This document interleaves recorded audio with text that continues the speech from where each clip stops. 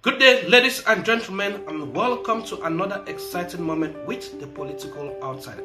Today, we are taking you to Australia. But what is peculiar with Australia?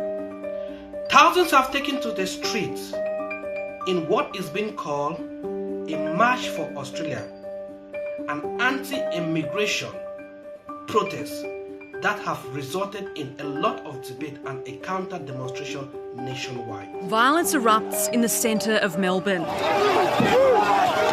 as anti-immigration protesters, led by men dressed in black, clash with counter-protesters. Immigration policy is gearing up to be a most significant issue in the 2025 Australian federal elections, with parties presenting contrasting visions for managing migration and its role in shaping Australian future. These protesters, under the banner of March for Australia, are calling for a reduction on what they describe as mass migration. Hopelessly outnumbered, a police officer deploys pepper spray before moving away, while a woman's slammed to the ground. A protester launches into a group, knocking over a Channel 9 cameraman. Earlier, thousands gathered at Flinders Street, many waving Australian flags, calling for an end to mass migration. Demonstrators says high immigration levels are straining housing, jobs and public services. Slogans like "Love it or leave it" and "Put Australia first" were chanted across cities like Melbourne, Sydney and Brisbane. Are you worried about violence here today? What happens, it happens. This isn't about racism, this is about change.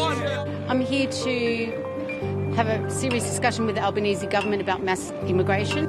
But walking among the crowd, well-known neo-Nazis. The rally was initially contained by police before being allowed to march to state parliament, meeting pro-Palestine marchers on the way who were staging a counter-protest.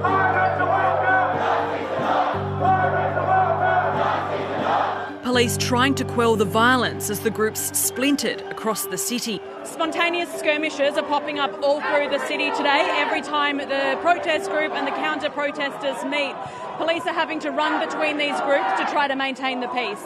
Despite denying its involvement in organising the march, National Socialist Network members were prominent. A neo-Nazi leader bestowed the honour of final keynote speaker. Final speaker for today is Thomas Sowell. Around the country, similar scenes unfolded. Aussie Nation! Aussie Nation! Stop the invasion! Stop the invasion! In Sydney, police say there were about 15,000 in the crowd. Members of a neo-Nazi group were also among the speakers there. However, not everyone agrees. Counter-demonstrators have this to say, that these rallies promote xenophobia and ignore the economic and cultural contributions of migrants. Tensions flared in Melbourne, where police had to intervene as clashes broke out between opposing groups. The Senator's views in the minority. We don't support rallies like this that are about spreading hate and that are about dividing our community. We are a country that is against extremism. Our country has been built off the back of migrants that have come over the decades before. A message echoed across party lines. I am really concerned about the anti-Indian sentiment that's been expressed and some of the anti-Semitic undertones of some of those protests. Well, before we continue, let's present to you a chart of the different political actors and their views with different issues related to immigration. Right-leaning parties like One Nation argue for stricter immigration control. They claim high immigration rates are unsustainable and threatens national identity.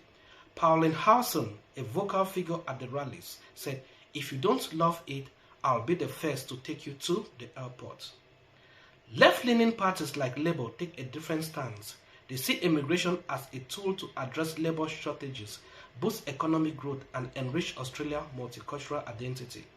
Labour supports increasing skilled migration and humanitarian intake, while improving protection for temporary migrants. The divide isn't just ideological, it's strategic.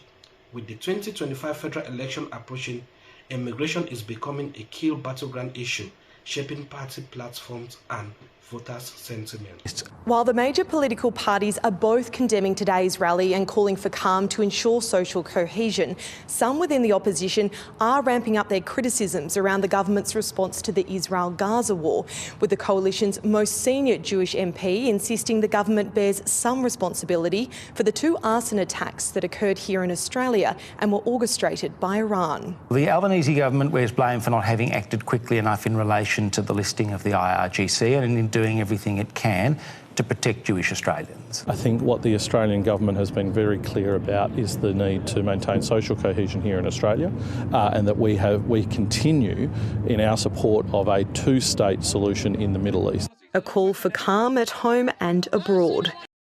So, is this just a protest or a sign of political unrest?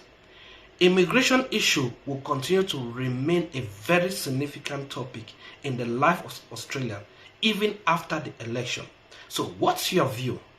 Well, comparable to America, one side seems to have the policy of Donald Trump with a tight and strict border, and another seems to have the policy of Biden and Kamala, an open and free border, and the coalition trying to moderate.